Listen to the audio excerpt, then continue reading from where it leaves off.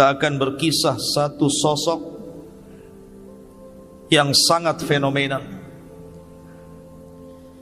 Dia berkuasa 2 tahun 5 bulan dan 10 hari. 2 tahun 5 bulan dan 5 hari, afwan. Tetapi walaupun singkat menjadi khalifah, di zamannya berhasil menegakkan keadilan. Bahkan simbol keadilan yang ditegakkan khalifah ini sampai hari ini dibaca oleh para khatib pada setiap Jumat. Innallaha ya'murukum bil adli wal ihsan wa ita'i dzil qurba wa yanha 'anil fahsya'i wal munkari wal bagh ya'idukum la'allakum tadhakkarun. Simbol keadilannya dibaca oleh setiap khatib sampai hari ini. Siapa orang ini? Dialah Umar bin Abdul Aziz rahimahullahu ta'ala. Umar kedua setelah Umar ibn al-Khattab radhiyallahu anhu. Ma'asyiral muslimin yang dimuliakan Allah azza wa jalla, Allah subhanahu wa ta'ala setiap 100 tahun sekali akan membangkitkan orang yang akan memperbaharui agamanya. Dan 100 tahun pertama, kata para ulama, Allah bangkitkan Umar bin Abdul Aziz. Dan 100 tahun kedua Allah bangkitkan Muhammad ibn Idris, atau dikenal dengan Imam Syafi'i rahimahullahu ta'ala. Siapa Umar bin Abdul Aziz ini? Kenapa begitu fenomenal namanya? 2 tahun lebih berkuasa, tidak ada orang miskin satu negara. Bagaimana caranya? Ma'asyiral muslimin yang dimuliakan Allah azza wa jalla, kita akan cerita nasabnya dulu. Siapa Umar bin Abdul Aziz? Umar bin Abdul Aziz kunyahnya adalah Abu Hafsin. Umar bin Abdul Aziz Ibn Marwan Ibn Hakam Ibn Abil As Ibn Umayyah Ibn Abdi Syamsi Ibn Abdil Manaf, dan begitu seterusnya. Adapun ayahnya adalah Abdul Aziz Ibn Marwan Ibn Hakam, termasuk dari para pemimpin terbaik dari Bani Umayyah. Dulu ayahnya itu menjadi gubernur Mesir 20 tahun di zaman kekuasaan Abdul Malik Ibn Marwan. Adapun ibunya Abdul Aziz, Umar bin Abdul Aziz ini namanya Ummu Asim. Kunyahnya namanya Laila bintu Asim ibn Umar ibn al-Khattab. Jadi ibunya itu keturunan Umar ibn Khattab. Ada satu kisah dari kisah Laila bintu Asim ibn Umar ibn al-Khattab ini. Jadi suatu ketika di zaman Amirul Mukminin Umar ibn al-Khattab, Umar ini sedang mengadakan jalan-jalan malam, melihat orang-orang miskin apa yang dihajatkan mereka. Mungkin bahasa kitanya belusukan, tapi malam-malam bukan siang-siang, dan tidak bawa wartawan. Kemudian dia melihat satu tenda, yang lain mati, karena bagaimanapun lampu itu disediakan pemerintah.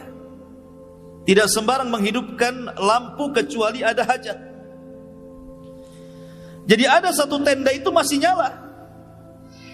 Maka Umar ibn Khattab kemudian mendekati tenda itu. Rupanya dalam tenda itu ada percakapan 2 wanita, seorang ibu dan putrinya.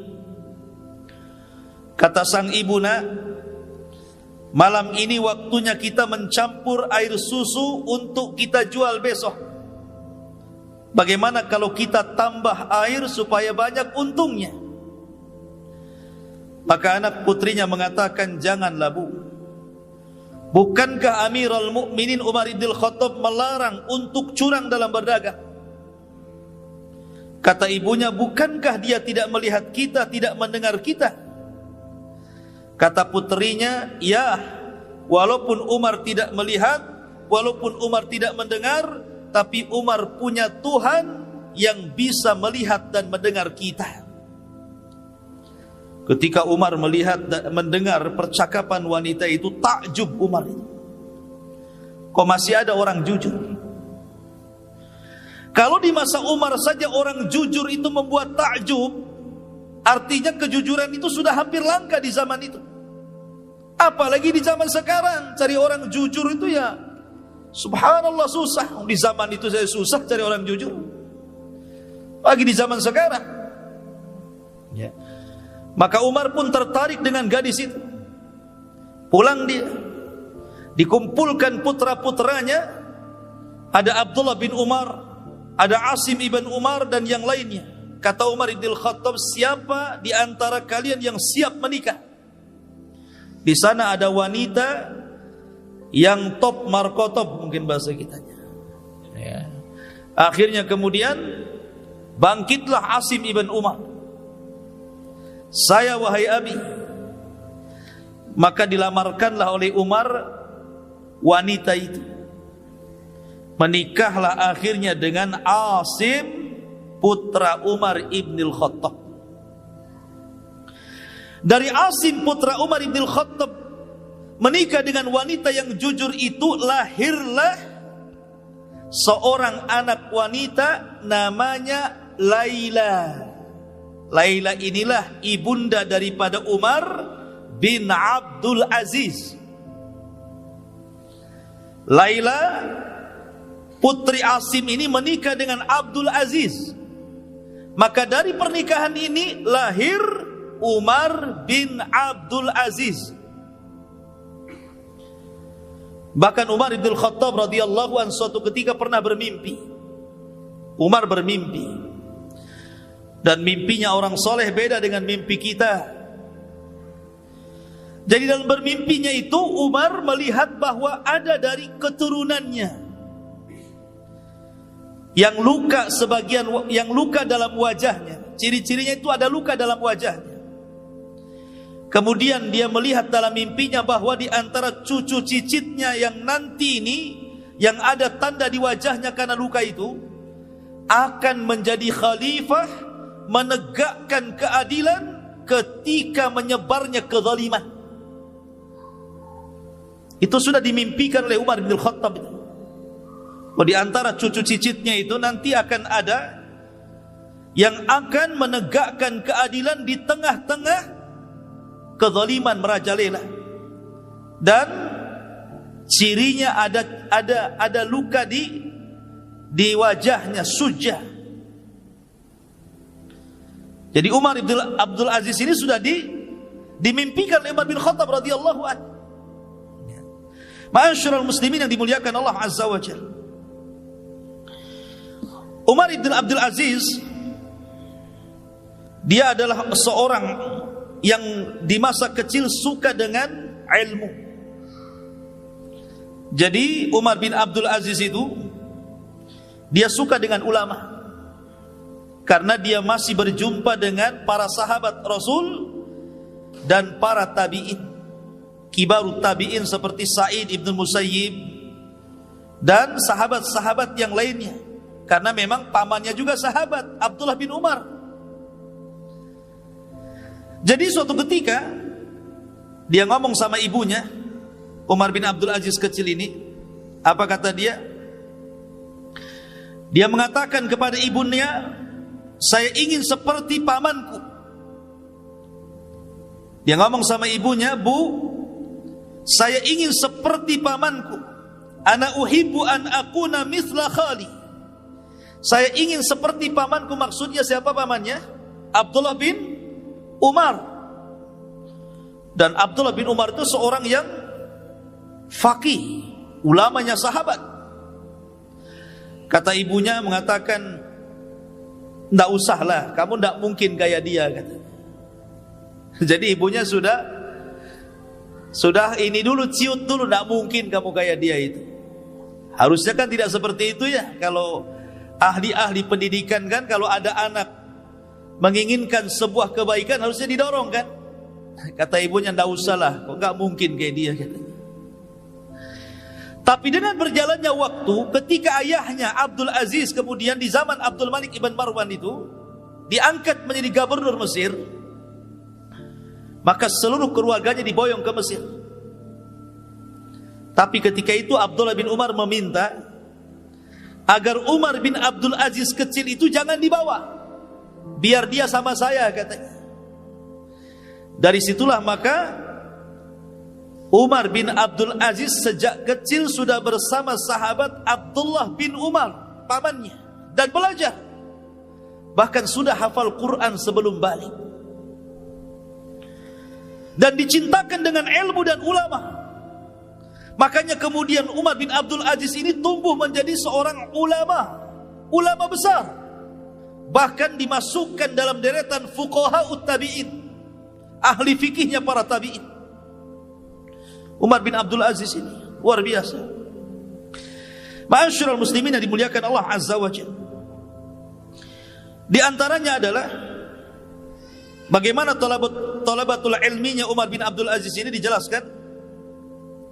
Di antara guru-guru beliau adalah dari kalangan tabi'in seperti Sa'id ibn Musayyib. Sa'id ibn Musayyib ini yang menikah dengan salah satu putri Abu Hurairah. Dan dia menjadi pemimpin para tabi'in. Kemudian juga dia belajar kepada Ubaidillah ibn Abdullah ibn Utbah ibn Mas'ud radhiyallahu an. Dan juga banyak kalangan sahabat dan para tabi'in yang diambil ilmunya, sehingga lambat laun akhirnya Umar bin Abdul Aziz menjadi ulama besar. Ulama besar. Bahkan dikatakan di antara guru-gurunya 30 lebih dari kalangan para sahabat Nabi sallallahu alaihi wasallam dan 25 dari kalangan para tabi'in. Jadi banyak guru-gurunya dan dia menjadi ulama besar di zamannya. Taib, saya tidak akan memperpanjang tentang nasab beliau. Saya ingin langsung kepada inti apa yang kita bicarakan pada malam hari ini. Kisah pilu dari Umar bin Abdul Aziz dibunuh oleh seorang budak dan ditangisi para fuqara wal masakin. Itu temanya. Sebab kalau kita ambil semua kisah beliau, tidak cukup mungkin 5 atau 6 pertemuan, terlampau banyak. Kisah beliau ini banyak dicatat para ulama karena menakjubkan kisahnya. Ma'asyiral muslimin yang dimuliakan Allah Azza wa Jalla. Di antaranya adalah salah satu penggalan kisahnya adalah ketika Umar bin Abdul Aziz menjadi khalifah. Nanti bagaimana menjadi khalifah nanti saya akan ceritakan satu penggalan kisah dulu. Ketika Umar bin Abdul Aziz ini menjadi Amirul Mukminin, Umar bin Abdul Aziz ini, maka dia berhasil mengumpulkan harta zakat yang melimpah luar biasa. Semua keluarga kerajaan harus bayar zakat. Semua orang kaya harus bayar zakat. Semua yang punya tanggungan hutang harus dibayar. Sehingga Umar bin Abdul Aziz berhasil menerapkan sistem zakat dalam satu tatanan negara. Dan itu diterapkan betul dengan hukuman. Akhirnya banyak orang-orang kaya, para pejabat, para pemimpin, akhirnya mereka menyerahkan harta-harta zakat mereka dan dikumpulkan di Baitul Mal. Kemudian ketika itu Umar bin Abdul Aziz memanggil para karyawannya, pengepul-pengepul zakat itu, dan mengatakan, "Anfiquha 'alal fuqara." Ambil harta di Baitul Mal, infakkan, cari orang fakir, kasih zakat mereka. Jangan ada satupun orang yang fakir yang tidak kebagian zakat. Cari orang fakir miskin dimanapun berada, kasih zakatnya. Maka bergeraklah pasukan amil zakat ini mencari orang-orang fakir dan miskin, sehingga tidak ada satupun fakir dan miskin kecuali mendapatkan sedekah dan zakat dari Baitul Mal. Anehnya, hartanya masih ada, tidak habis. Kemudian dilaporkan kepada Umar bin Abdul Aziz, harta masih melimpah wahai Amirul Mukminin. Kemudian Umar bin Abdul Aziz ngomong gitu, kalau begitu jahizu bihal juyush. Kalau begitu hartanya yang sisa itu berikan untuk mencukupi para tentara. Ya. Sejahterakan para tentara, biar layak dengan gaji yang mereka dapati. Akhirnya kemudian harta itu dikeluarkan lagi, kemudian dibagi-bagi bagi para tentara. Rupanya harta itu masih banyak. Kemudian mereka mengatakan, ya Amirul Mukminin, juyusul Islam tajubud dunya. Wahai Amirul Mukminin, para tentara-tentara Islam, mereka sudah kaya semua. Kemudian Umar bin Abdul Aziz kemudian bicara, kalau begitu jawwijus syabab, cari anak-anak muda yang belum kawin, modali, danai, kawinkan. Oh, enak nih kalau punya pemimpin kayak gini. Ya. Disuruh anak-anak muda yang belum kawin itu, siapa yang mau kawin tinggal ngomong ke Baitul Mal, maka sudah ada dananya. Ada dananya untuk maharnya, untuk walimahnya, untuk acaranya. Semua free, gratis. Bahkan mereka mengatakan, man kana yuridu zawaj, barang siapa di antara kalian yang ingin menikah, datang kemari. Kemudian masih banyak juga hartanya. Maka Umar bin Aziz mengatakan, uqdud duyuna 'alal mutadayyinin. Kalau begitu cari orang-orang yang punya hutang. Cari orang-orang yang punya hutang, yang hidupnya terkait dengan hutang, cari, bayarkan hutangnya. Dicari orang-orang yang punya hutang itu. Kamu punya hutang berapa? Sekian, bayarkan sana. Kamu punya berapa? Sekian, bayarkan sana. Kan enak tuh punya presiden kayak gini. Ya. Ma'asyiral muslimin yang dimuliakan Allah Azza wa Jalla. Setelah semuanya dibayari hutang-hutang itu, sudah tidak ada yang punya hutang lagi. Masih numpuk juga hartanya di Baitul Mukminin itu. Maka Umar bin Abdul Aziz mengatakan, ungduru ilal masihiyina wal yahud. Kalau begitu lihat bagaimana kondisi orang-orang Nasrani dan Yahudi. Bagaimana kondisi orang-orang Nasrani dan Yahudi. Man kana alaihi dainun fasaddidu anhu. Kalau seandainya mereka punya hutang, bantu mereka, ambil dari Baitul Mal, bayarkan itu. Carinya orang Yahudi, orang Nasrani yang punya hutang. Kamu punya hutang berapa? Sekian. Nih bayarkan sana. Sampai kepada Nasrani Yahudi merasa senang dengan kepemimpinan Umar bin Abdul Aziz ini. Sampai ketika sudah semuanya, sudah orang miskin sudah dinafkahi, orang yang punya hutang sudah dibayarkan, para tentara sudah dicukupkan, orang-orang kafir juga dibantu, sudah nggak ada lagi, tapi harta masih banyak. Maka Umar bin Abdul Aziz mengatakan, kalau begitu belikan uang dari Baitul Mal itu, biji-biji gandum, sebarkan di gunung-gunung, agar jangan orang mengatakan bahwa burungnya Bani Umayyah kelaparan. Sampai kepada burung diperhatikan, ikhwan. Begitulah Amirul Mukminin Umar bin Abdul Aziz. Ya.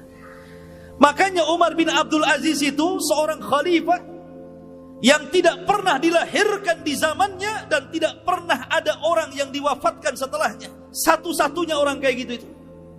Tidak ada lagi orang yang dilahirkan seperti dia, dan setelah wafat tidak ada lagi orang yang persis seperti dia. Satu-satunya produk langka ini Umar bin Abdul Aziz rahimahullahu ta'ala. Ma'asyiral muslimin yang dimuliakan Allah Azza wa Jalla, bagaimana kisahnya dia jadi khalifah? Suatu ketika ikhwatu fiddin, kita tahu bahwa ada terjadi khilaf ya. Apakah dia lahir di Mesir, apakah dia lahir di Madinah? Pendapat yang kuat berdasarkan pendapat Imam Zahabi rahimahullahu ta'ala, bahwa beliau lahir di Madinah Al-Munawwarah, tinggal di situ, ngapal Quran di situ, belajar di situ kepada para ulama, karena di zamannya masih melimpah para sahabat dan para tabi'in yang sangat mulia.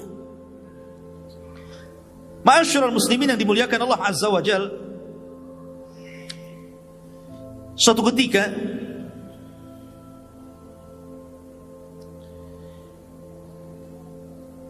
ketika meninggal salah satu khalifah di zamannya Abdul Malik ibn Marwan, ketika itu kita tahu bahwa Khalifah Abdul Malik ibn Marwan itu sangat menyukai Umar bin Abdul Aziz. Khalifah Abdul Malik ibn Marwan itu suka dengan Umar bin Abdul Aziz karena memang paham agama, seorang ulama, walaupun masih budak tapi banyak ilmunya. Akhirnya kemudian dia pun diangkat untuk menjadi salah satu gubernur di daerah yang masih kecil. Ya. Di daerah yang masih kecil dijadikan gubernur di situ. Lah terkadang ikhwatu fillah muliakan Allah Azza wa Jalla, dia selalu mengirim surat kepada khalifah, yang inti surat itu selalu mengingatkan khalifah. Di antaranya adalah amma ba'du inna qara'in wa kullukum mas'ul an ra'iyatihi Allahu la ilaha illahu la yajma'annakum ila yaumil qiyamati la raiba fihi wa man asdaqu minallahi haditha. Isi suratnya, sesungguhnya engkau pemimpin wahai khalifah, dan engkau akan dimintai pertanggungjawabannya di hadapan Allah. Allah tidak ada sesembahan yang berhak disembah kecuali Dia. Sungguh Allah akan mengumpulkan kalian pada hari kiamat yang tidak ada keraguan di dalamnya, dan tidak ada yang lebih benar ucapannya melebihi Allah Subhanahu wa ta'ala. Begitulah nasihat-nasihat yang dilontarkan oleh Umar bin Abdul Aziz kepada Khalifah Abdul Malik ibn Marwan di masa dia menjadi gubernur, sampai akhirnya meninggal dunia Khalifah Abdul Malik ibn Marwan. Kemudian diganti oleh anaknya, namanya Al-Walid ibn Abdul Malik ibn Marwan. Lah Al-Walid ibn Al-Walid ibn Abdul Malik ibn Marwan ini akhirnya memindahkan Khalifah Umar bin Abdul Aziz yang tadinya di Damaskus, di kota kecil, disuruh pulang ke Madinah untuk menjadi gubernur di Madinah. Tapi ketika itu dia meminta syarat kalau memang saya harus menjadi gubernur di Madinah, dipindahkan dari Damaskus ke Madinah, saya minta 3 syarat katanya. Kalau kau penuhi 3 syarat saya, maka silahkan kau pindah aku dari Damaskus, alihkan saya ke Madinah. Yang pertama syaratnya, an ya'mala fin nasi bil haqqi wal adli wa la yadlim ahada. Agar bisa melakukan atau menegakkan kebenaran, keadilan, dan tidak mendolimi siapapun. Lihat, syarat pertama. Kemudian wala yajuz ala ahadin fi akhdhi ma 'ala an-nasi min huquqin li baitil mal. Tidak boleh seseorang mengambil hak-hak orang lain kecuali memang dia punya hak yang diberi dari baitul mal, dari badan zakat. Yang kedua, agar senantiasa diberikan waktu dia bisa haji. Jadi saya jadi khalifah di Madinah, tapi saya juga harus haji ke Mekah. Jangan jadi khalifah ketika haji sibuk saya. Saya waktu haji tolong saya kasih cuti biar saya bisa haji. Kemudian yang ketiga, agar khalifah membolehkan dia mengeluarkan dana untuk para ulama, menggaji para ulama, karena dia memuliakan para ulama masalahnya kan. Kalau seandainya dipenuhi, saya siap menjadi khalifah kan, menjadi gubernur di Madinah. Akhirnya Khalifah Al-Walid Ibn Abdul Malik kemudian menyetujui dipindahlah Umar bin Abdul Aziz dari Suriah ke mana? Ke Madinah. Rupanya ikhwatu fiddin, di Madinah ini dia sangat dicintai para ulama, sangat dicintai masyarakatnya, sehingga akhirnya kekuasaannya melebar sampai ke Hijaz. Hijaz itu Mekah, Madinah dan sekitarnya gitu. Yang tadinya Madinah saja akhirnya melebar. Maka dia menguasai, menjadi gubernur Hijaz. Lah ketika itu dia mendengar bahwa Hajjaj ibn Yusuf Al-Thaqafi itu mau mengarah ke Madinah. Lah Umar bin Abdul Aziz itu paling tidak suka dengan Hajjaj ibn Yusuf. Kenapa? Karena dia zalim masalahnya. Dia tidak suka dengan kezaliman. Akhirnya dia menyurati khalifah agar jangan sampai dipertemukan dengan Hajjaj. Jangan sampai Hajjaj itu ke Madinah atau ke Mekah. Batalkan perjalanannya. Saya tidak mau ketemu dengan dia. Sakit hati Hajjaj ini. Akhirnya kemudian bermanuver politik, bagaimana caranya menurunkan Umar bin Abdul Aziz dari gubernur Hijaz itu. Betul-betul dimainkan politik sama dia. Akhirnya terpengaruh juga khalifah itu. Kemudian dicopotlah Umar bin Abdul Aziz menjadi gubernur Hijaz. Setelah dicopot menjadi gubernur oleh Al-Walid Ibn Abdul Malik, ditarik ke Damaskus untuk menjadi penasehat raja. Oh, rupanya dinaikkan. Tidak jadi gubernur tapi jadi penasehat. Tim penasehat raja, khalifah. Lah kedekatan itulah akhirnya ketika Al-Walid Ibn Abdul Malik ini semakin dekat dengan Umar bin Abdul Aziz, mendapatkan nasihat, tausiah, wejangan gitu ya. Akhirnya kemudian dia pun banyak terpengaruh dengan Umar bin Abdul Aziz, sampai akhirnya Allah takdirkan Al-Walid Ibn Abdul Malik meninggal.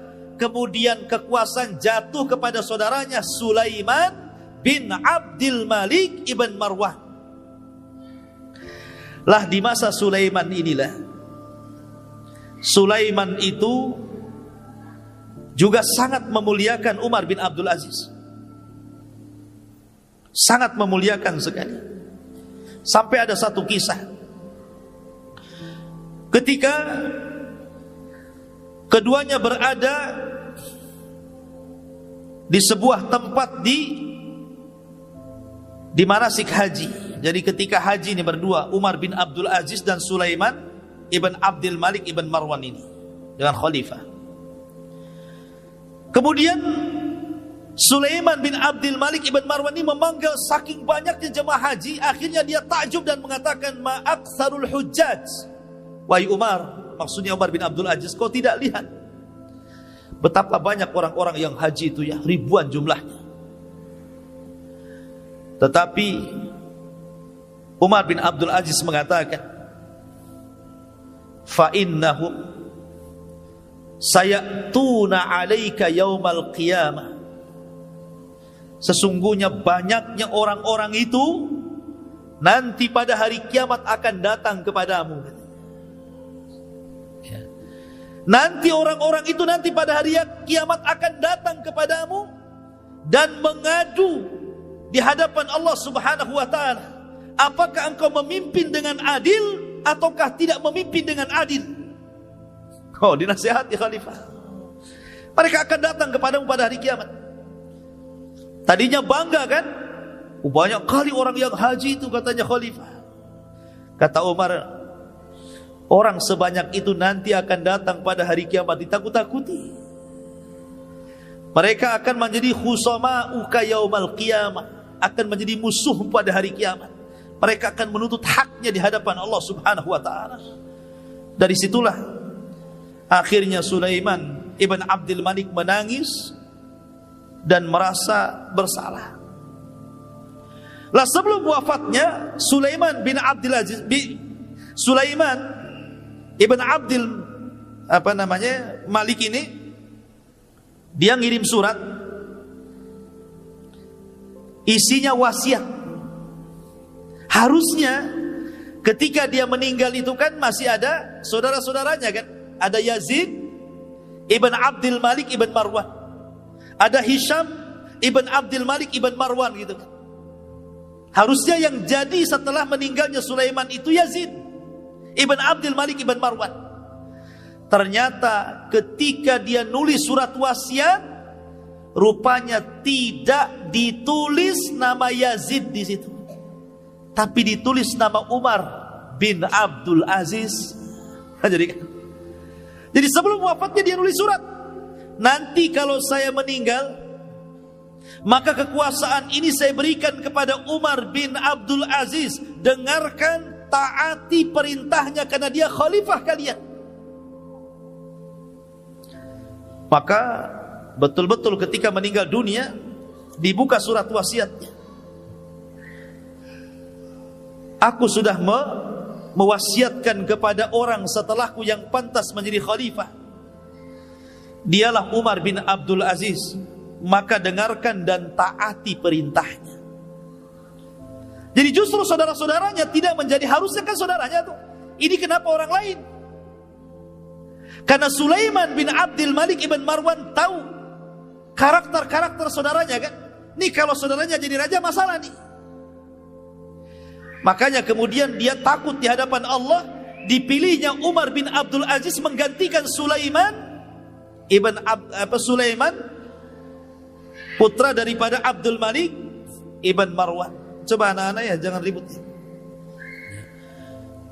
Ada satu kisah yang menarik ikhwan. Ketika di permulaan beliau menjadi khalifah,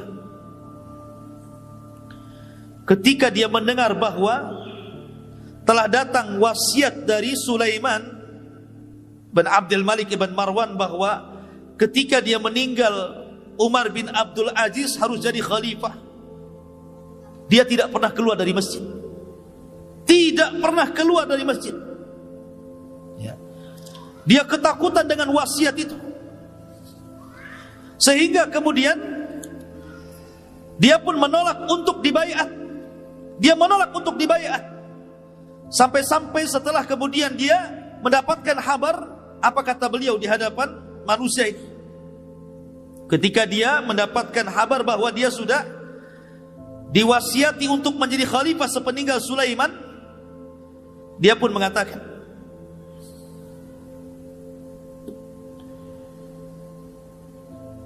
bahwa sesungguhnya aku sudah mendengar bahwa khalifah sudah memberikan amanah kepadaku agar aku menggantikan posisinya menjadi khalifah kaum muslimin.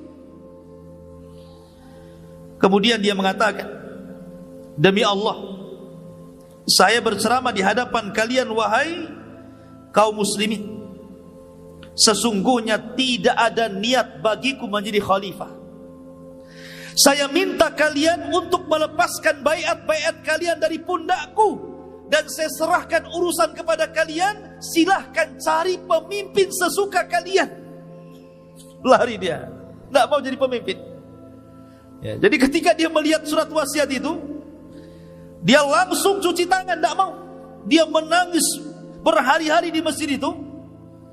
Kemudian setelah itu menemui manusia dan mengatakan, sebaiknya kalian lepaskan baiat-baiat kalian dari pundakku. Silahkan bermusyawarah, cari pemimpin yang layak selainku. Lihat. Kalau sekarang terbalik, jangan pilih dia, pilih aku. Itu sekarang, ya kan? Ma'asyiral muslimin yang dimuliakan Allah Azza wa Jalla, sampai seperti itu. Di antara akhirnya kemudian ketika dia menjadi khalifah, Lihat bagaimana pertama kali dia berkhutbah. Tapi orang-orang kan tidak mau, tetap memilih Umar bin Abdul Aziz karena sudah tahu siapa dia, akhlaknya, ilmunya, bagaimana pemuliaan ulama kepadanya gitu. Masyarakat malah dukung masalahnya. Jadi tidak mau tidak terpaksa dia jadi khalifah. Akhirnya dikumpulkan kaum muslimin. Lihat ceramah beliau.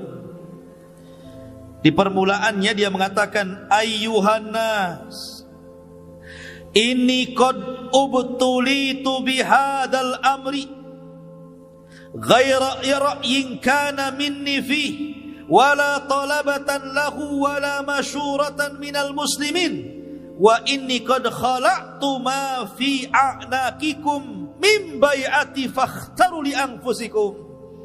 Ini khutbah pertamanya. Wahai manusia, sungguh aku telah diuji dengan perkara khalifah ini. Sungguh aku telah diuji dengan perkara khalifah ini.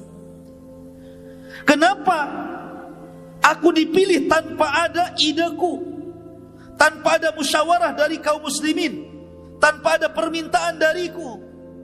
Sesungguhnya aku melepaskan kekhilafahan dari pundakku. Berkumpullah kalian, silahkan pilih pemimpin sesuka kalian. Kemudian di ujung ceramahnya Rasulullah dia mengatakan, Umar bin Abdul Aziz, ayyuhan nas, man ata Allah wajabat ta'atuhu wa man asallah fala ta'ata lahu, ati'uni fima ata'tullah wa asaitu wa as fa idza asaitullaha fala ta'ata li alaikum. Wahai manusia, barang siapa yang taat kepada Allah wajib ditaati orang itu. Barang siapa yang bermaksiat kepada Allah jangan ditaati orang itu. Maka taatilah kepadaku. Jikalau aku berada di atas ketaatan kepada Allah, maka jangan pernah kalian taat kepadaku jikalau aku bermaksiat kepada Allah Subhanahu wa taala. Lihat. Memang betul-betul khulafaur rasyidin ikhwan menegakkan syariat Islam ala minhajin nubuwah. Umar bin Abdul Aziz, makanya ada sebagian para ulama, Umar bin Abdul Aziz itu adalah Imam Mahdi yang ditunggu-tunggu. Imam Mahdi yang ditunggu-tunggu. Walaupun pendapat ini berdasarkan takwil dan dilemahkan para ulama, tapi ada ulama yang mengatakan seperti itu, bahwa fase-fase itu sudah lewat. Kan ada fase nubuah, ada fase mulkun warahmah, ada fase mulkun adud, ada fase mulkun jabarut, gitu ya. Itu sudah lewat, ditutup dengan Umar bin Abdul Aziz, tinggal nunggu kiamat aja. Itu ada sebagian ulama pendapat seperti itu. Tapi ini pendapat ini dibantah oleh para ulama bahwa Imam Mahdi bukan Umar bin Abdul Aziz, tapi nanti di akhir zaman. Tapi dengan adanya yang sebagian ulama mengatakan seperti itu, memang betul-betul dia menegakkan keadilan di tengah-tengah ketika itu menyebar kezaliman. Karena ciri-ciri Imam Mahdi itu apa? Menyebarkan keadilan di tengah-tengah tersebarnya kezaliman, kan itu. Ma'asyiral muslimin yang dimuliakan Allah. Baik, saya akan bercerita beberapa kisah yang menarik sepanjang dia menjadi khalifah. Ma'asyiral muslimin yang dimuliakan Allah Subhanahu wa taala. Ketika dia awal jadi khalifah, dia pun kemudian disuruh untuk memilih, apakah engkau akan tinggal di istana? Karena sebentar lagi akan banyak delegasi-delegasi dari daerah-daerah yang akan mengucapkan selamat engkau jadi khalifah. Atau engkau akan tinggal di mana? Kata para pejabat ini untuk memuliakan khalifah, kau mau di mana? Sebaiknya kau pindah, bawa keluargamu, boyong ke istana. Karena sebentar lagi akan banyak delegasi-delegasi dari daerah-daerah yang akan mengucapkan sebagai khalifah dirimu. Tapi Umar bin Abdul Aziz tidak mau. Dia malah pulang ke rumah lamanya. Ke rumah lamanya dia balik. Tidak mau tinggal di istana dia. Dia rumahnya rumah dari rumah jelek, rumah buruk gitu kan. Tidak mau dia tinggal di istana. Bayangkan, waraknya luar biasa, zuhudnya luar biasa. Maka Kemudian ketika itu dia pun pulang dan menemui istrinya. Apa kata dia? Ini pertama kali dia ngomong sama istrinya. Wah istriku, ukhayyiruka bi amrayni. Aku berikan kau dua pilihan. Kau serahkan seluruh emas, seluruh perak, seluruh perhiasan, seluruh hartamu ke Baitul Mal, atau jangan pernah kau hidup bersama aku. Istri daripada Umar bin Abdul Aziz ini putri khalifah. Dia putri khalifah. Ya. Bayangkan, dia saudara daripada orang-orang yang akan jadi khalifah. Al-Walid, Sulaiman, Yazid, itu saudara-saudaranya. Dan dia anak satu-satunya perempuan, anak khalifah yang dinikahi Umar bin Abdul Aziz. Tentu namanya anak khalifah kan kaya raya, banyak emas, banyak apa-apa kan. Tapi kata Umar bin Abdul Aziz, semenjak dia jadi khalifah, dia minta sama istrinya, keluarkan emasmu, mana perakmu, mana perhiasanmu, ayo sini, saya akan masukkan ke Baitul Mal. Kata istrinya, wahai suamiku, bukankah kerajaan ini milik bapakku, katanya, milik Abdul Malik ibn Marwan. Bukankah kerajaan ini milik bapakku? Kata Umar bin Abdul Aziz, man qala laki hadha, siapa yang ngomong ini milik bapakmu, katanya. Kerajaan ini bukan milik bapakmu, tapi kerajaan ini milik manusia, milik masyarakat. Bukan gitu. Subhanallah. Akhirnya ya dia milih suaminya, hartanya habis, diambili semua, dimasukkan ke Baitul Mal. Sehingga tidak tersisa kecuali hanya pakaian beberapa helai yang sudah buruk. Hidupnya sederhana. Setelah itu kemudian mulailah dia nyasar kepada kerabat-kerabat kerajaan. Dia nyasar kepada kerabat-kerabat kerajaan, kepada saudara-saudara, anak-anak dari paman-pamannya yang masih kerabat-kerabat dan keluarga kerajaan, dikumpulkan dan dikatakan, kalian semua man kana lahu iqaran wala ardan wala malan falyati ila Baitul Mal. Siapa di antara kalian yang punya harta, punya tanah, punya perhiasan, punya dunia, tolong datang ke Baitul Mal, saya akan hitung zakat kalian. Oh, jadi dimulai dari keluarga kerajaan dulu. Marahlah ini keluarga kerajaan ini dan mengatakan, persis seperti istrinya mengatakan, bukankah ini kerajaan kami? Maka Umar bin Abdul Aziz mengatakan, siapa bilang ini kerajaan keluarga kalian? Ini kerajaan manusia. Keluarkan. Mana zakat-zakat kalian? Mana harta-harta kalian? Subhanallah, dibuat miskin orang-orang itu. Orang-orang kaya itu dibuat miskin betul-betul sama Umar bin Abdul Aziz. Jadi yang dulunya mereka gak pernah zakat, dihitung zakatnya. Berapa tahun kau tak bayar zakat? Berapa tahun kamu tak bayar zakat? Mana zakat ternakmu, mana zakat tanimu, dihitung semuanya. Akhirnya ikhwatu fiddin, apa gak bankrupt nih orang-orang? Betul-betul bankrupt. Akhirnya ketika mereka pun hidupnya sudah susah, karena hartanya diambil dan dimasukkan Baitul Mal, mereka pun datang kepada Umar bin Abdul Aziz dan mengatakan, ya Amirul Mukminin, kami sudah tidak punya harta lagi, harta kami sudah engkau ambil, tolonglah berikan kepada kami gaji bulanan. Sudahlah, saya makan gaji bulanan sudah cukup, berapalah kau kasih kepada kami? Kata Umar bin Abdul Aziz, kalau engkau ingin dapat gaji kerja, kau kerja dulu baru kau dibayar. Persis seperti yang lainnya. Tidak ada anggota kerajaan nganggur tiba-tiba tiap bulan dapat gaji. Kerja. Bayangkan, ditekannya betul-betul. Ya. Akhirnya kemudian, setelah kemudian orang-orang kaya dari anak-anak pamannya, kerabat kerajaan, mulai dia nyasar ke orang-orang kaya yang ada di luar sana. Dikumpulkan orang-orang kaya itu, semua dikumpulkan. Mana zakat kalian? Nah, sini. Setelah dikumpulkan dan diambil semua zakatnya orang-orang kaya itu, memang betul-betul dia terapkan zakat betul. Baru setelah tidak ada orang kaya kecuali diambil zakatnya, baru dipanggil orang miskin. Siapa yang pernah dizalimi oleh orang kaya? Siapa di antara kalian yang pernah dizalimi orang kaya? Siapa di antara kalian yang pernah diambil hartanya, diambil tanahnya, diambil sawahnya, diambil kendaraannya, diambil binatangnya? Sini. Coba bayangkan.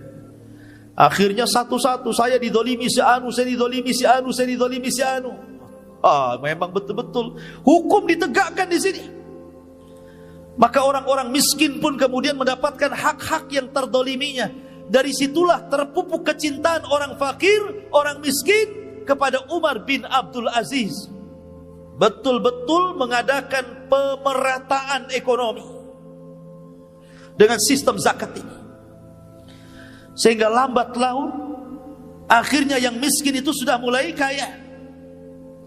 Sehingga sudah tidak lagi menerima zakat karena sudah cukup. Lihat, walau anna ahlal qura amanu wattaqau lafatahna alaihim barakati minas sama'i wal ardh. Kalau penduduk negeri ini beriman dan bertakwa, maka Allah Subhanahu wa taala akan suburkan dengan berkahnya dari langit dan dari bumi. Sampai-sampai ikhwatu fiddin, ada seorang nenek-nenek itu bicara dengan manusia. Ketika dia mendengar ada serigala yang memakan domba, maka nenek ini mengatakan, wallahi laqad mata Umar, wallahi laqad mata Umar. Sungguh telah meninggal Umar, sungguh telah meninggal Umar. Dulu di masa Umar bin Abdul Aziz masih hidup, tidak ada satupun serigala yang berani mengganggu kambing. Sekarang dia meninggal, serigala-serigala itu sudah mulai mengganggu kambing. Sampai seperti itu. Ini ucapan orang tua. Saking amannya di zaman Umar bin Abdul Aziz. Ma'asyiral muslimin yang dimuliakan Allah Azza wa Jalla. Bahkan dikisahkan bahwa Umar bin Abdul Aziz itu baik sarapannya, makan siangnya, makan malamnya itu hanya makan adas. Tahu adas? Bawang. Hanya makan bawang saja dia itu kerjanya, roti sama bawang. Dia tidak pernah makan daging, makan ini, makan itu. Karena sudah tidak sanggup membeli. Bukan tidak sanggup membeli juga, karena dia memang hidupnya sederhana, wara' zuhud. Dan dia ada seorang yang memberikan contoh kepada masyarakat. Jadi hari-hari itu makannya bawang saja, roti bawang, roti bawang. Sampai-sampai yang bosan itu pembantunya, karena hari-hari makan bawang. Datanglah pembantunya kepada istrinya Umar bin Abdul Aziz, Fatimah, dan mengatakan, ya Fatimah, laqad malaltu min aklil adas. Wahai Fatimah, aku tidak bosan makan bawang itu, yang lain lah katanya. Si makan bawang aja, ya kan? Maka Fatimah mengatakan, ittaqillah, inna hadza ta'amu maulak. Umar bin Abdul Aziz, bertakwalah kau kepada Allah.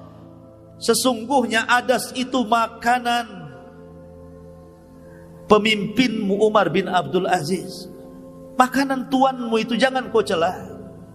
Coba, jadi pembantunya yang bosan. Tapi Umar bin Abdul Aziz tidak bosan. Lihat wara' zuhudnya itu. Ma'asyiral muslimin yang dimuliakan Allah Azza wa Jalla. Bahkan suatu ketika Umar bin Abdul Aziz ini malam-malam masuk masjid. Malam-malam masuk masjid. Namanya masjidnya gelap. Tidak ada orang, tidak tahu kalau di masjid itu ada orang tidur. Kemudian kesepak kakinya sama Umar bin Abdul Aziz, marah, ya, dan mengatakan, ya Majnun, ya Majnun, katanya. Dibilang gila. Hei orang orang gila, kenapa kau sepak kaki?" katanya. Dibilang, ini pengawal Umar bin Abdul Aziz sudah emosi dia. Gimana coba khalifah dibilang majnun?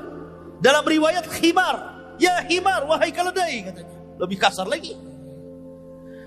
Kata penjaganya ini, "Biarkan saya tangkap orang itu." Kata Umar bin Abdul Aziz, kan malam-malam, dia hanya tanya, "Apakah saya gila?" Maka ku jawab, "Lastu majnunan," saya enggak gila. Apa salahnya katanya? Pergi. Bagaimana akhlaknya? Ini pengawal, ini sudah marah gitu. Ya. Masa kemudian khalifah dibilang majnun? Tapi Umar ingin meredakan suasana dan mengatakan, dia itu tidak mengatakan saya gila. Dia tanya, "Apakah saya gila?" Saya jawab, "Saya tidak gila." Kita pergi. Seperti itu akhlak dia. Kalau sekarang di medsos antum menghina presiden, pencemaran nama baik, tangkap besok. Ya. Masyarul muslimin yang dimuliakan Allah Azza wa Jalla. Ya. Akhlak luar biasa. Bahkan Umar bin Abdul Aziz mengumpulkan wuzara dan umara. Jadi masing-masing gubernur dari daerah-daerah mana saja itu disuruh datang ke ibu kota, mengadakan rapat besar-besaran. Setelah mereka duduk di kursi, mulailah Umar bin Abdul Aziz mengatakan, "Saddidu duyunan nas, kullu man kana lahu dainun sadadna, at'imul fuqara." Maka Umar bin Abdul Aziz mengatakan, kalian harus memenuhi hutang-hutang kalian.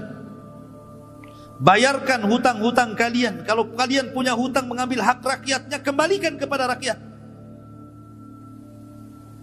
Kemudian jangan lupa orang-orang fakir. Jangan lupa dengan orang-orang fakir. Begitulah Umar bin Khattab menasihati para gubernur, selalu diingatkan dengan fuqara, fuqara dan fuqara. Kasih makan orang miskin, orang miskin, orang miskin. Itu diingatkan terus. Subhanallah. Umar bin Abdul Aziz itu gajinya cuma 2 dirham. Bukan dinar, dirham. Dirham itu separuh dinar. Kalau satu dirham itu berapa? 4 gram lebih. Berarti kalau dinar 2 gram lebih. Berarti kalau seandainya 1 gramnya anggap 1 juta, berarti 1 dirham itu 2,5 juta lah. 2 dirham tambah 2,5 juta. Jadi gajinya 5 juta. Itu maksudnya. Itu kalau emasnya 1 gram 1 juta ya. Terkadang ada emas 500. Kalau emasnya 500 ya separuhnya ya, berarti gajinya Umar bin Abdul Aziz itu cuma 2,5 juta. Masih besar gajinya ini ya, guru-guru PNS. Coba bayangkan, gajinya 2 dirham, 2 dinar rafan. Sampai suatu ketika Umar bin Abdul Aziz ini dia lewat pasar. Kemudian di pasar itu dia melihat ada inab. Inab itu ada anggur. Dia suka pengen makan anggur itu. Pengen makan anggur dia. Dimasukkannya ini. Gak ada duit. Khalifah gak ada duit, dikoceknya Iwan. Pulang dia. Dia temui Fatimah istrinya. Dan dia mengatakan, halaki dirhamun. Ya Fatimah, apakah engkau punya uang 1 dirham, wahai Fatimah? Apakah engkau punya uang 1 dirham, wahai Fatimah? Maka kemudian Fatimah mengatakan, walima ya Umar, untuk apa wahai Umar? Kata Umar ibn Abdul Aziz mengatakan, laqad marartu ala suq fara'aitu inaban fastahaitu. Aku tadi lewat di pasar, rupanya aku melihat ada inab, ada anggur. Aku pengen membelinya, tapi tak ada duit. Kemudian Fatimah mengatakan, ya ya Umar, anta amiral mu'minin, wa la yujad fi baitika dirhamun wahid. Kata Fatimah, wahai Umar, engkau suamiku, engkau ini pemimpin kaum muslimin. Masa di rumahmu tidak ada uang 1 dirham? Masa di rumahmu tidak ada uang 1 dirham? Maka lihat jawabannya. Kata Umar bin Abdul Aziz, hadza ahwanu alayya min mu'alajati ahwali yaumul qiyamah. Dengan aku tidak punya uang 1 dirham di rumah, ini lebih ringan bagiku daripada kelak uang-uang itu akan mempertanyakan diriku pada hari kiamat. Subhanallah, lihat. Ya. Sampai nggak jadi beli anggur karena nggak punya uang. Padahal kalau dia ke pasar minta saja pasti dikasih. Dia Amirul Mukminin. Dia Amirul Mukminin. Dia minta anggur masa nggak dikasih? Ya. Tapi lihat bagaimana zuhud waraknya. Sampai dia itu punya anak kecil. Umar bin Abdul Aziz ini punya anak kecil. Ada rombongan membawa buah-buahan tufah. Tufah itu apa? Apel. Dari perkebunan apel.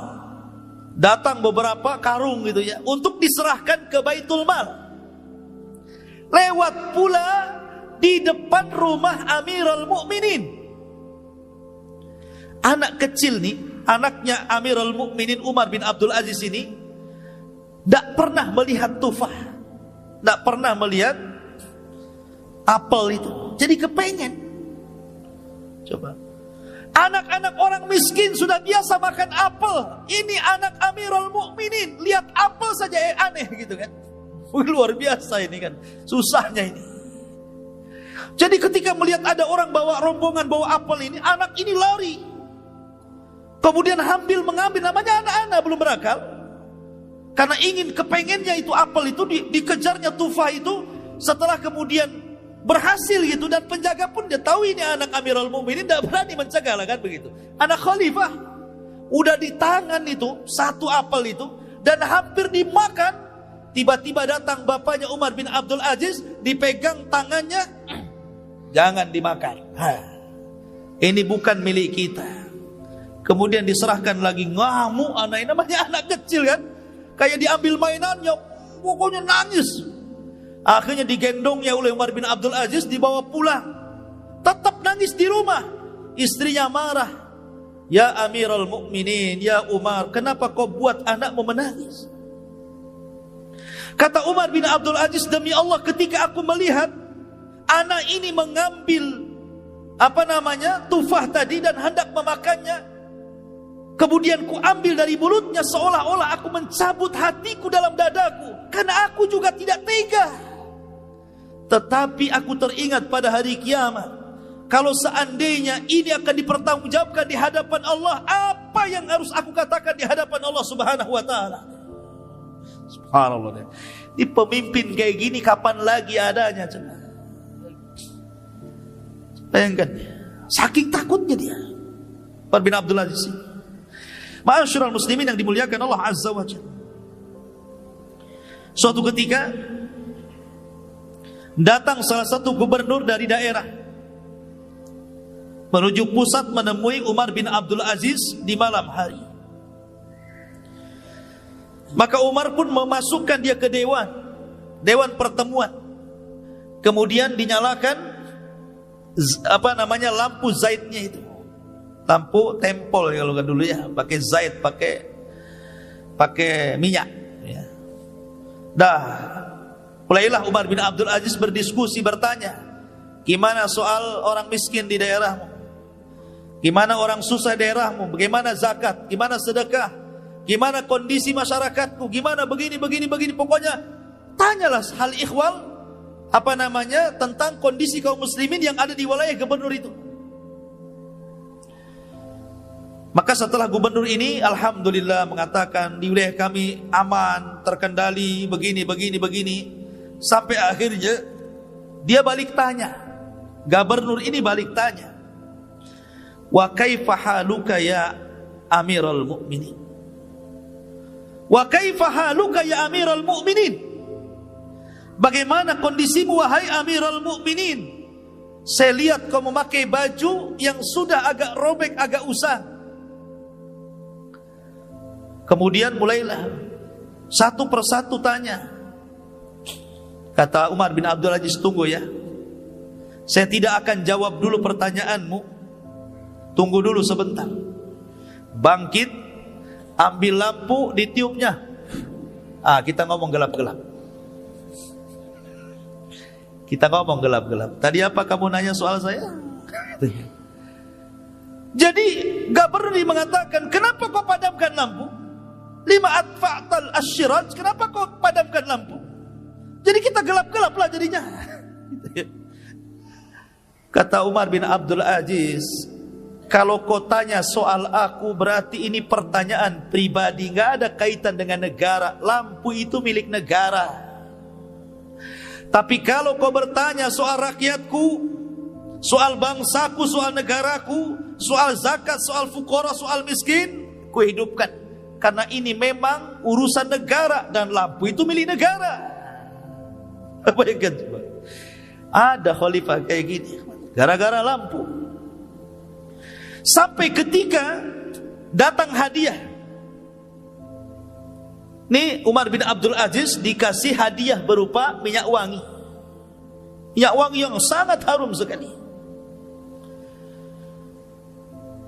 Ketika itu datang minyak wangi, tiba-tiba serbannya ditutupkan ke mulutnya. Pokoknya jangan sampai mencium itu. Kata Muzahim, ya Amirul Mukminin, bukankah minyak wangi itu untuk diambil harum-harumnya? Karena tidak mungkin dimakan, tidak mungkin diminum. Kenapa kau tutup? Kata Umar bin Abdul Aziz, justru karena itu saya belum jelas ini minyak wangi ini hadiah untukku atau untuk negara, diserahkan ke Baitul Mal. Kalau seandainya ini diserahkan ke Baitul Mal, aku sudah menciumnya padahal aku tidak berhak menciumnya. Karena ini milik masyarakat, bukan milikku. Bayangkan kan? Katanya Muzahim, bukankah enggak diminum, enggak dimakan? Justru itu minyak wangi itu ya memang di mana-mana enggak diminum, enggak dimakan, manfaatnya jadi dicium kan begitu kan? Akhirnya tetap dia enggak mau mencium minyak wangi, ditutupnya pakai serban sampai akhirnya masukkan ke Baitul Mal. Masukkan dia ke Baitul Mal. Seperti itu ikhwatu fiddin Umar bin Abdul Aziz. Ma'asyiral muslimin yang dimuliakan Allah Azza wa Jalla. Sampai suatu ketika Umar bin Abdul Aziz ini suatu ketika sholat malam di rumahnya. Ketika dia sholat, lewatlah kepada ayat-ayat tentang azab, tentang neraka. Tiba-tiba dia nangis. Ketika dia nangis, istrinya ikut nangis yang mendengarkannya. Ketika istrinya nangis, anaknya ikut nangis karena melihat ibunya menangis. Ketika tetangganya mendengar bahwa di rumah Umar bin Abdul Aziz ada tangisan, ikut menangis dia. Kemudian tetangganya mendengar tetangga ini menangis, ikut menangis. Tetangga ini ikut menangis. Satu desa menangis.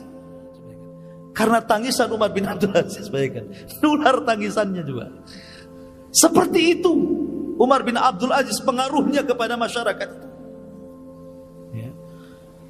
Sampai-sampai suatu ketika dia keluar dari masjid, dia meminta kepada para sahabatnya, isbikuni, duluan bahasa kitanya, isbikuni, duluan. Sahabatnya mengatakan, walima ya Amirul Mukminin, kenapa, ada apa ini? Sudah duluan saja, saya belakangan. Akhirnya kemudian dia mengambil baglahnya, mengambil kendaraannya, himarnya, dan tidak menuju rumahnya, tapi dibelokkan menuju kuburan. Tengah malam menuju kuburan. Kemudian dia duduk di kuburan itu. Kemudian dia berbincang-bincang di kubur, memanggil-manggil orang-orang yang ada di kubur itu, dan mengatakan, ya ayyuhal mauta, madza fa'alta bin nas? Wahai orang-orang yang sudah meninggal, apa yang kau lakukan dulu kepada manusia di masa hidupmu?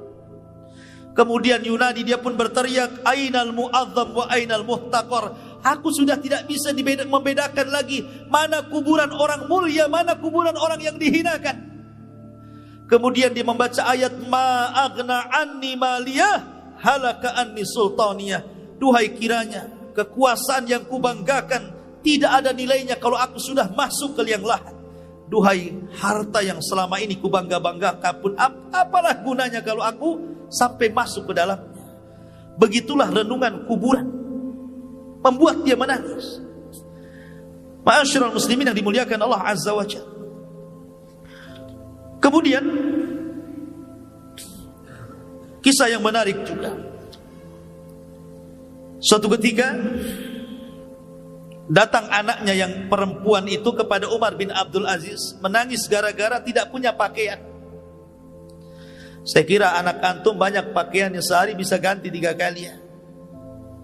Ini anak perempuan Umar bin Abdul Aziz tidak punya pakaian kecuali 1. Dia ngomong sama bapaknya Umar bin Abdul Aziz seraya menangis, sehingga Umar mengatakan, lima tabki, kenapa anda menangis?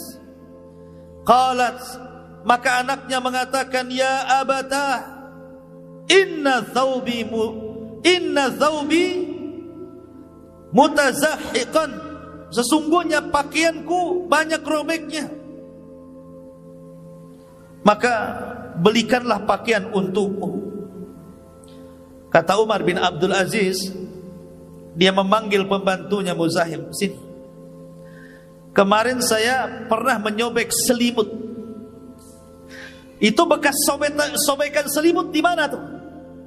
Di mana itu bekas sobekan selimut saya yang kemarin saya sobek-sobek itu? Katanya pembantunya, ada wahai Amirul Mukminin. Ah, kau ambil lagi, kau jahit, buatkan pakaian untuk anakku, katanya. Sobek, tinggal beli saja padahal kan.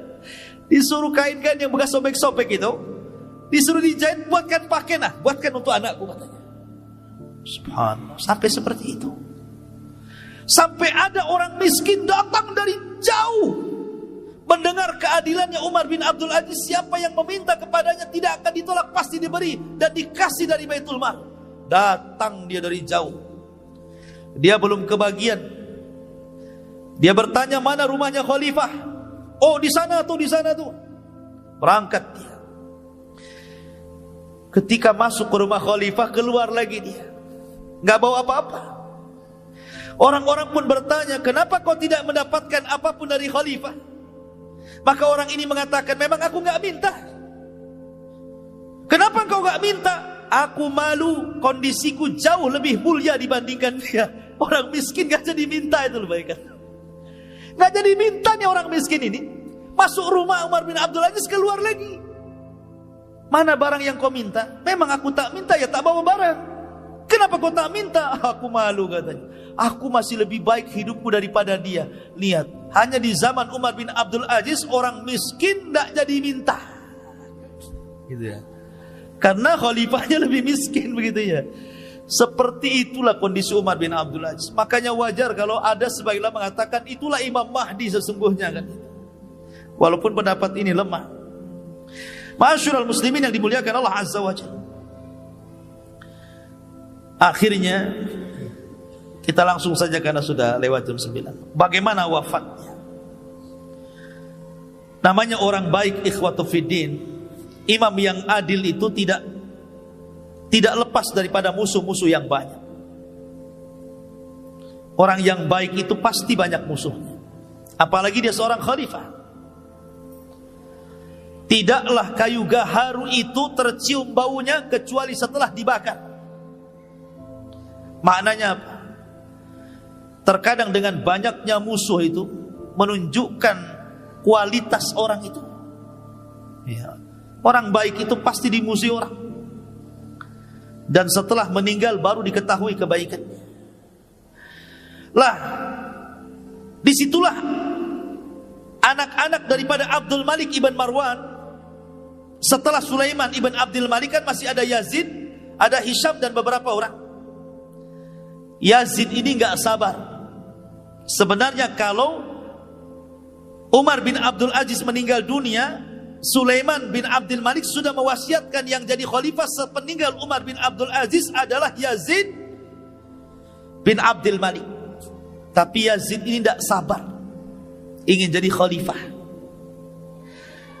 Apalagi sudah sakit hati keluarganya, diambili hartanya, ya, merasa dimiskinkan begitu oleh Umar bin Abdul Aziz. Makanya dia menyuruh salah satu budaknya, kau letakkan racun pada makanan Amirul Mukminin Khalifah Umar bin Abdul Aziz. Sebagai imbalannya, ku beri kau 1000 dinar. Yang kedua, kau ku merdekakan kalau berhasil. 1000 dinar, banyak 1000 dinar. Dan kau jadi orang merdeka. Pengecut dengan cara meracun. Maka betul-betul gulam ini, budak ini, akhirnya berusaha untuk memasukkan racun ke makanannya, dan berhasil. Sampai Amirul Mukminin disangka kena sihir.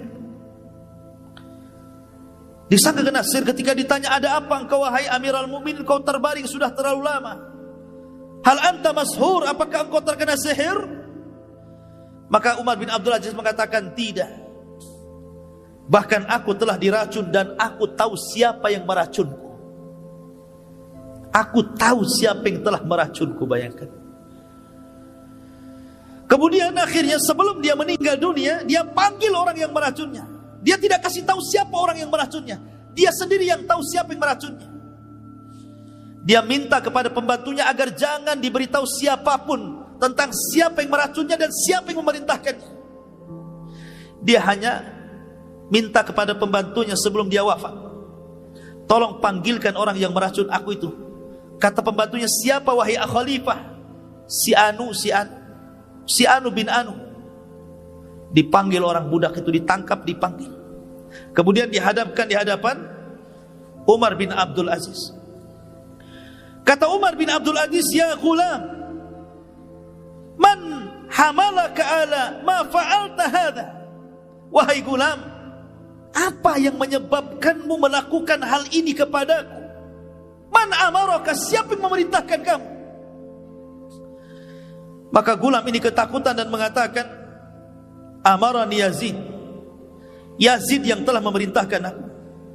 Yazid ibn Abdul Malik. Kemudian Umar bin Abdul Aziz mengatakan, wa bima, dengan apa kau dapat imbalan?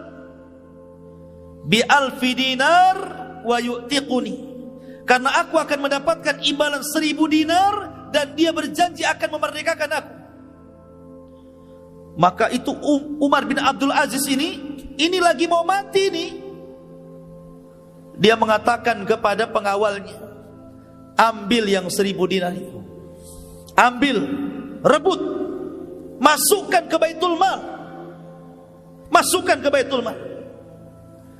Dan kamu yang sudah meracunku, ku maafkan kamu. Uhrub, pergi kamu. La yaraka ahad. Jangan sampai siapapun melihat kamu, kemudian kau akan ditangkap dan dibunuh. Kau harus pergi sekarang, sudah ku maafkan. Tapi jangan dilihat orang boko yang telah meracun aku. Ini sudah ketahuan, harusnya kan ditangkap, kan diadili gitu. Tidak, dimaafkan. Suruh pergi. Jangan tahu siapapun boko yang meracunku. Dan jangan diberitahu bahwa Yazid yang telah meracunku. Mulianya akhlak Umar bin Abdul Aziz, ikhwan. Nufusul udhama la tataghayyar, kata para ulama. Jiwanya orang besar itu tidak pernah berubah. Dari dulu pemaaf dan akan senantiasa pemaaf. Begitulah nufusul udhama. Jiwanya orang mulia itu tidak pernah berubah. Mereka akan sama. Ya. Ma'asyiral muslimin, sampai akhirnya ketika Umar bin Abdul Aziz betul-betul meninggal di Himsa, di Suriah sana, maka banyak orang-orang miskin yang menangis. Para fuqara menangis. Anak-anak menangis seolah-olah menjadi anak-anak yatim. Wanita-wanita menangis seolah-olah jadi janda. Orang-orang fakir dan miskin menangis seolah-olah tidak ada lagi yang memberi makan mereka. Satu dunia menangis. Sampai-sampai Raja Romawi Malikur Rum, orang kafir, ketika mendengar meninggalnya Umar bin Abdul Aziz, apa katanya? Laqad matal yaum malikun adil la yushbihu adluhu fi wujudihi ahadun. Sungguh hari ini telah meninggal seorang raja yang sangat adil, yang tidak ada semisalnya di alam semesta ini.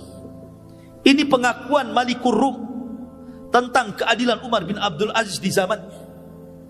Ma'asyiral muslimin yang dimuliakan Allah Azza wa Jalla.